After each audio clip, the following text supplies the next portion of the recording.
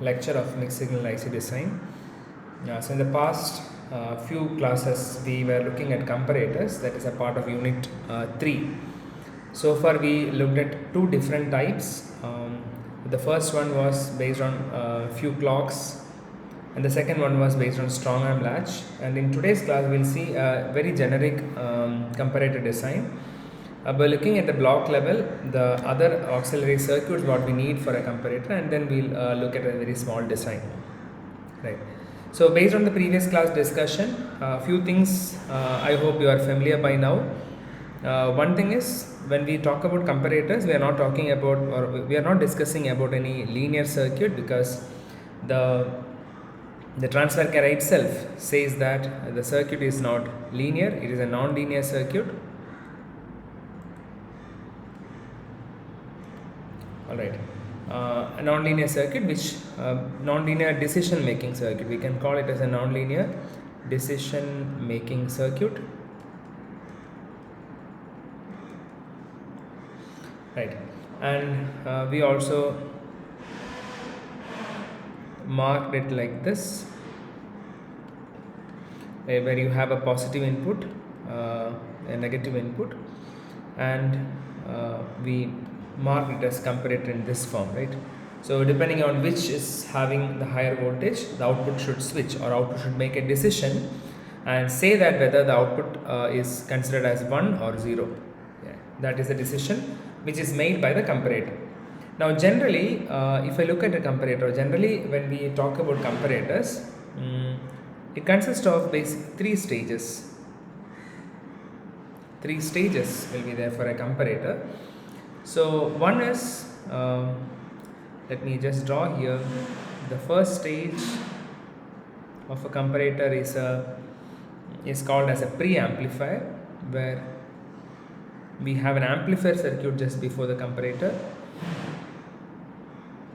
and at the output of preamplifier we'll have a circuit which helps in making a decision, so we call this as the decision circuit. And at the output of this decision circuit, in certain cases, whenever we need, if we want the logic levels to be driven to VDD and ground, we'll have one more stage at the output. Generally we use some kind of buffers, right?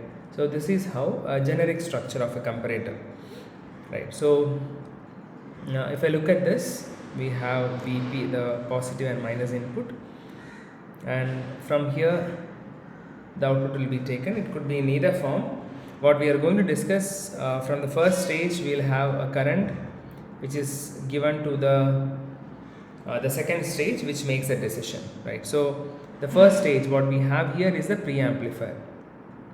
You'll also see the role of each block now. This is preamplifier, and this stage is your decision circuit. So far in the previous classes what we were looking at is only at the decision circuit. So two signals will be coming and the latch is making a decision, and that too, the whatever we have discussed in the previous classes were a clocked comparator, where the circuits were working based on a clock. And this last stage we call it as post amplifier, or it could be a output buffer also, right? So our focus will be mostly on the first two stages here.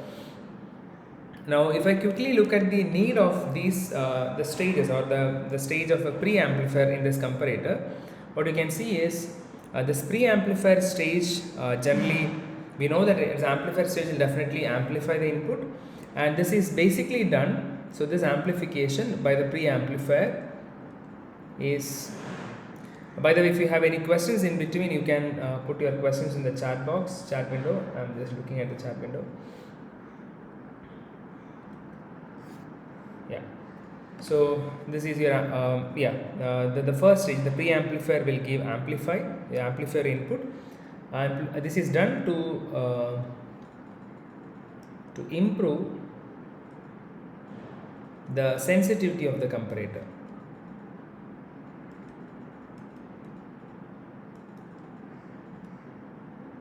right? So if the input is too small, if the comparator is not able to detect it, the preamplifier stage will give you sufficient strength for the input signal, so that the comparator can sense the input signal in a better way.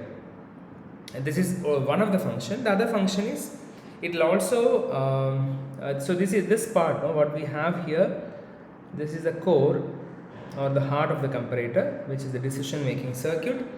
And now this preamplifier will also isolate the inputs from the, so the, say for example the input is coming from another stage.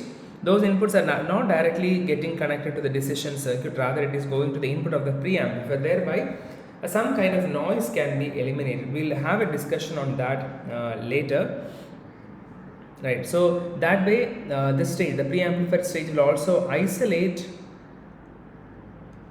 the input of the comparator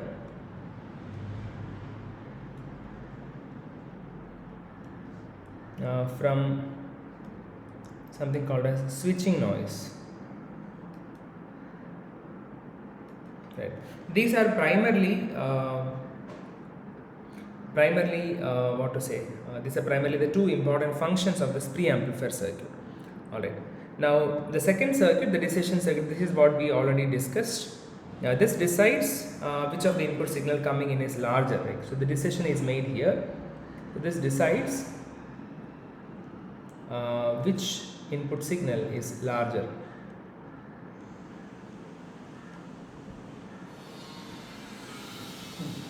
Right. And finally, what you have is this post amplifier. This is often used so that we'll have a proper digital signal which will be switching between the rails. So these are the roles of the individual stages here.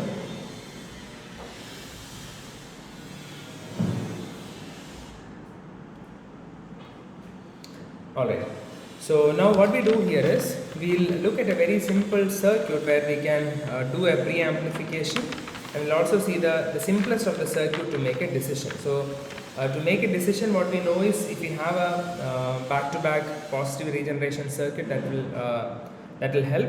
So we will see that. Alright, so for the preamplification stage, so what we are going to do now is generally when you look at a comparator, it will have three stages: a preamplifier, the decision circuit, and post amplifier. Now decision circuit is what we have discussed in the form of two latches before, but they were clocked. They were part of the clocked comparator designs. Now we look at another one which is not a clock based one, which is a normal comparator with a preamplifier. Alright, so now let us quickly look at the preamplification stage, where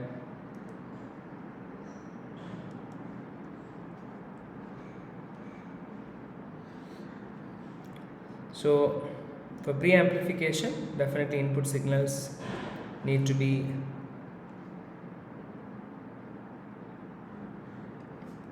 received, and what we need is differential setup. So we will use differential amplifier.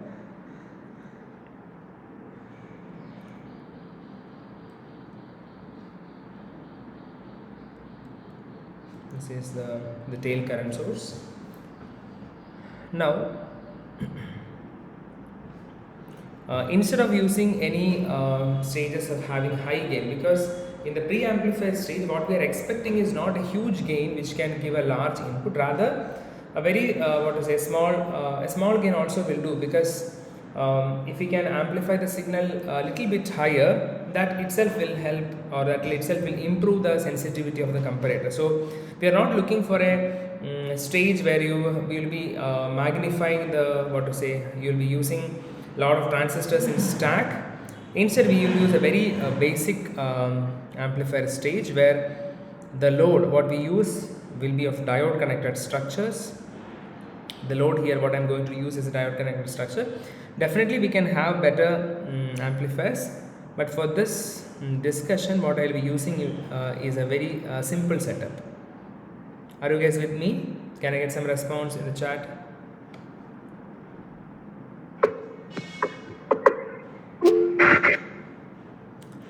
Alright, yeah, thank you. So this is the load what I am connecting here, and similarly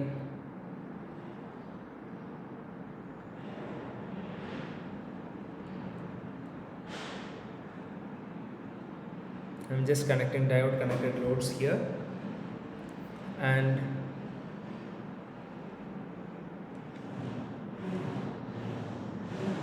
this is taken over this side, this is taken over this side.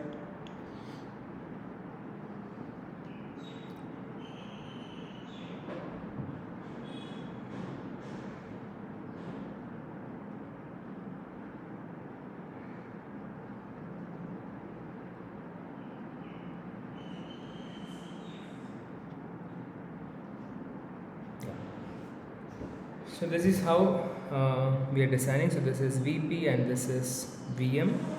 Let me call this as transistor M1, this is M2, this is M3, this is M4.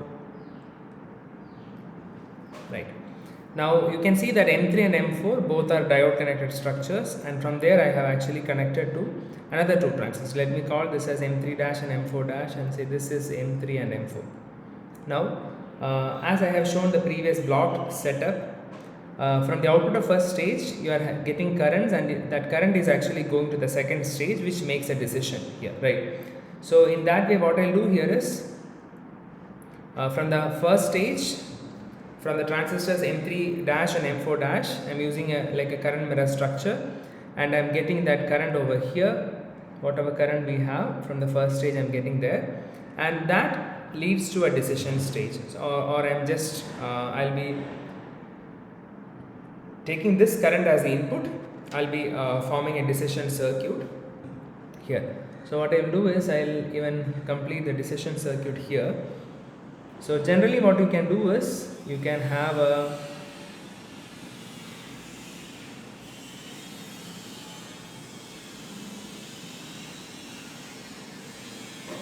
alright, just give me a minute.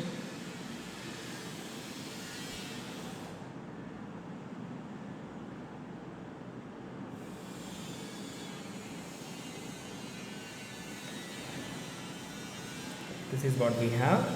So if you look at this, this is the first preamplification stage, right?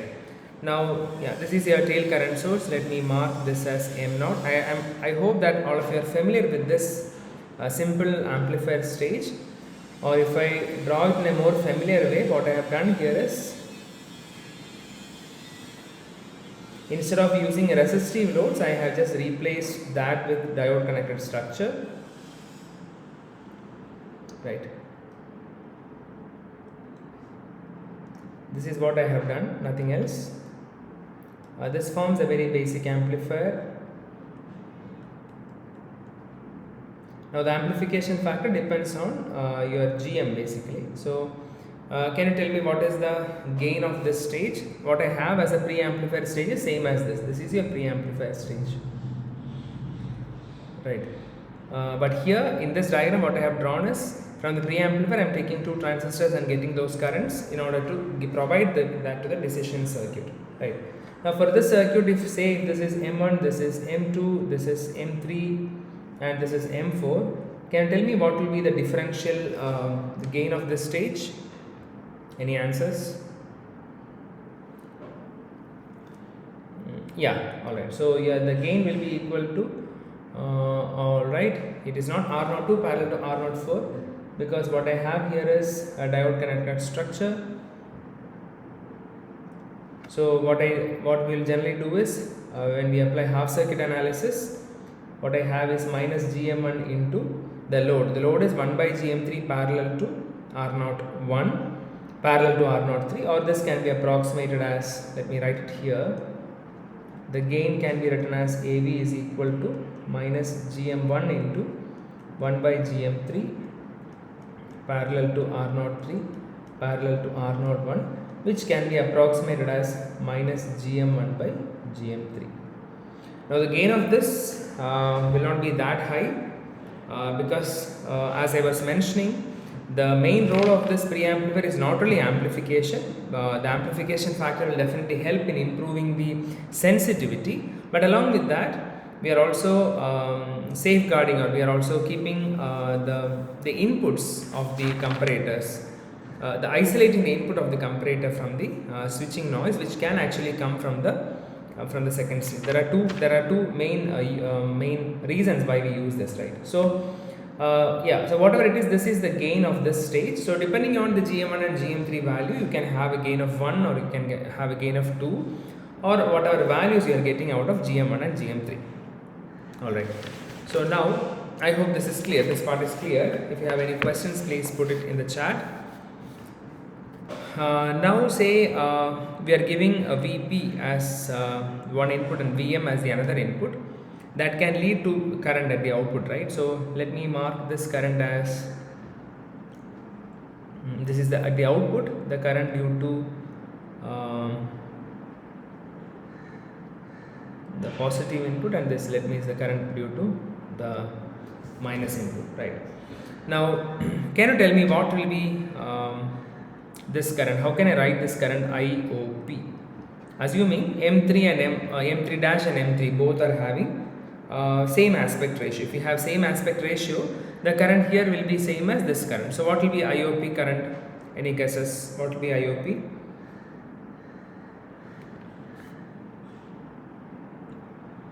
Can I get some response in the chat?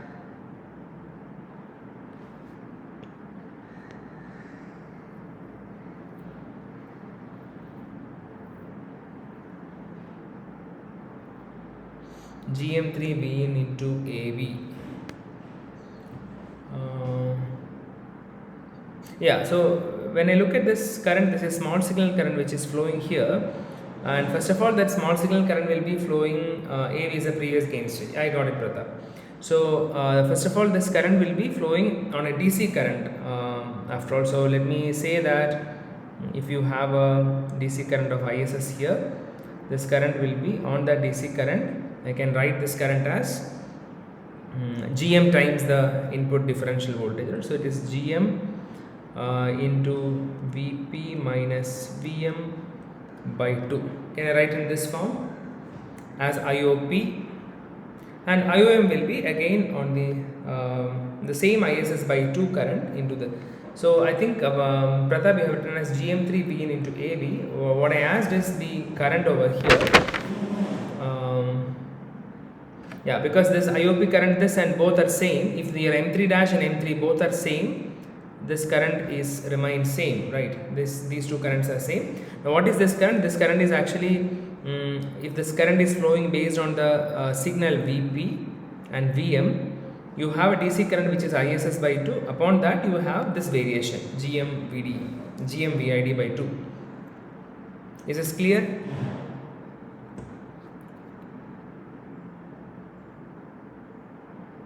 Can I get some response in the chat?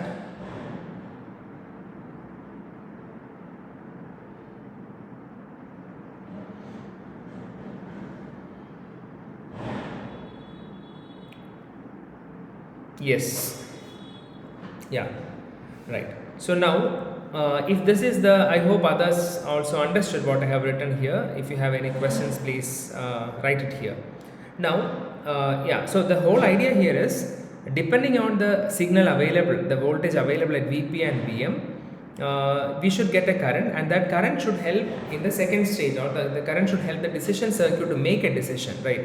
So now, what happens if your VP is greater than VM?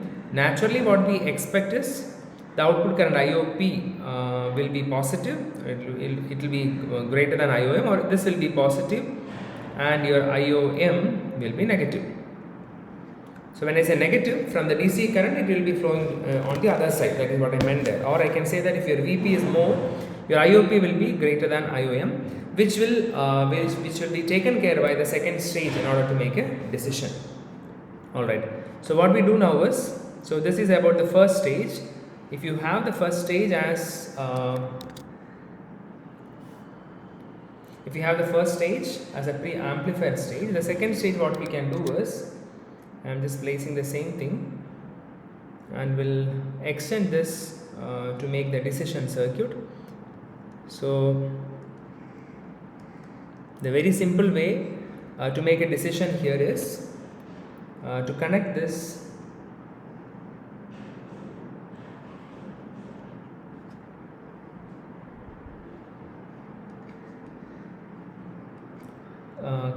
to two transistors and allow them to regenerate. So how it is, I'll be connecting this behind this back to this, and this back to this point. Right, so let us see how this works. This is M3 and this is M4, and say this is M5 and this is M6. Alright. So what we have drawn just now, this part is basically helping in the decision, or this is your decision making circuit.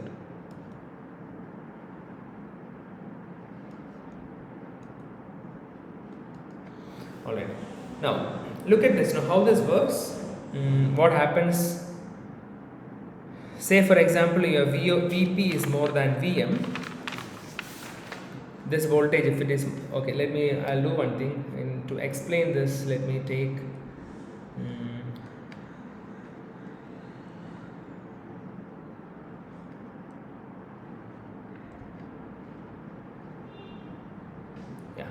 so the same circuit, but instead of looking at that circuit, I'm just looking at, I'll just take 2 resistors over there.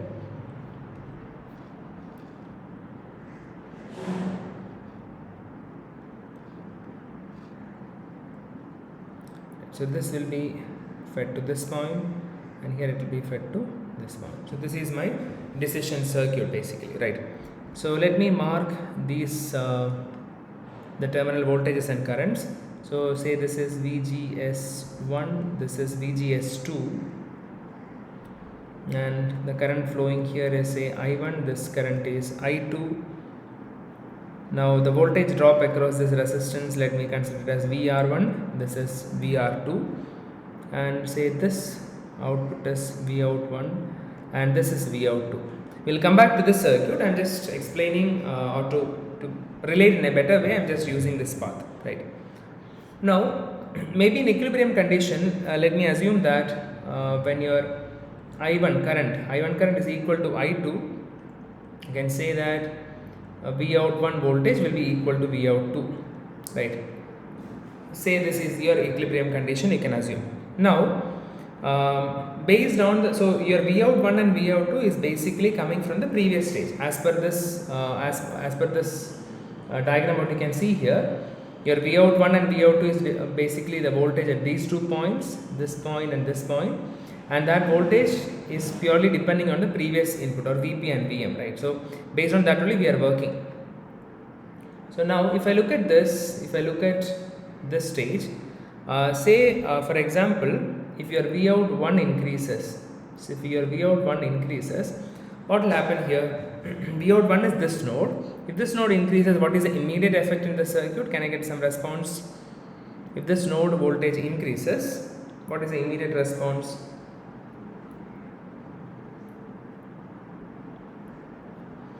Vout1 is connected to the gate of the second transistor. So the immediate response is VGS2 goes high. Yeah, VGS2 should increase.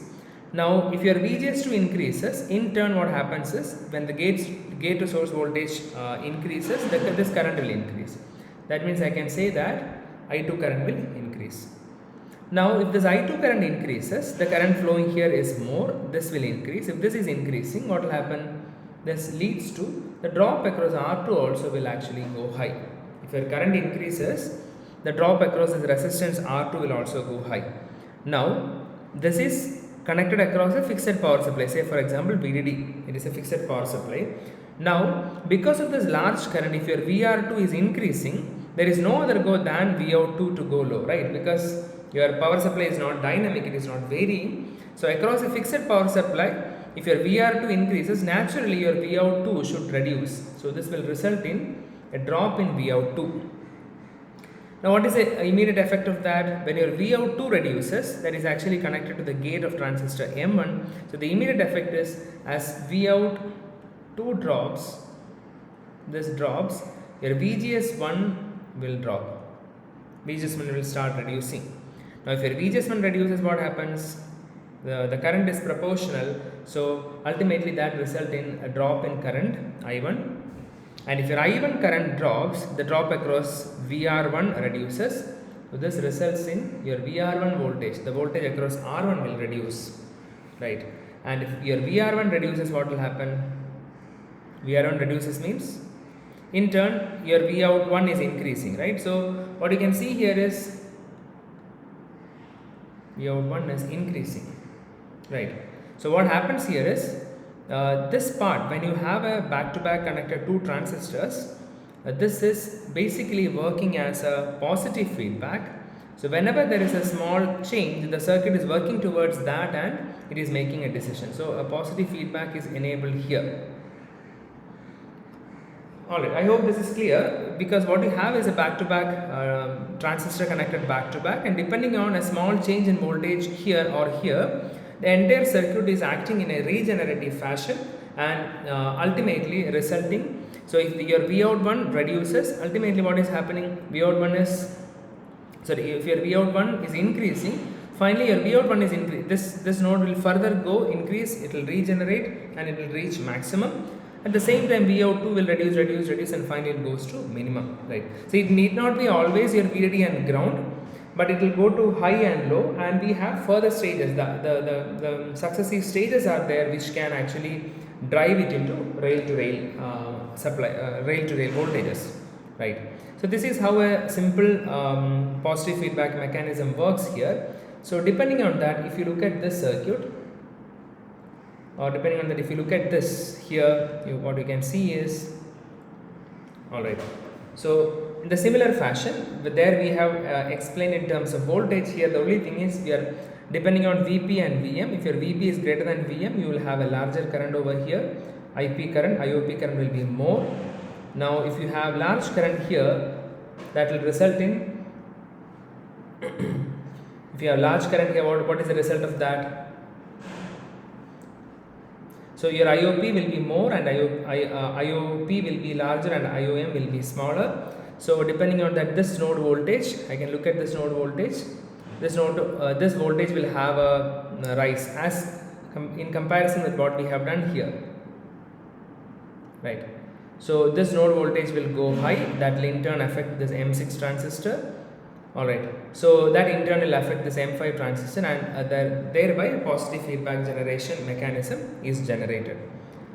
But if we closely look at the circuit, a simple circuit of this form will not actually help in making a full decision, because once this decision is set, how to or once this decision circuit make a decision, how it will take the rest of the input and do again do comparison, we have to see.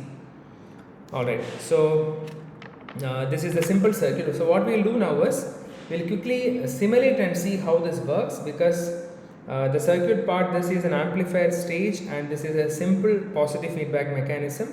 So we will quickly see how this works, and based on that, if we need any correction or any additional changes in the circuit, we will do that, and we will see the operation of a comparator. Alright, so let us move to the simulation part.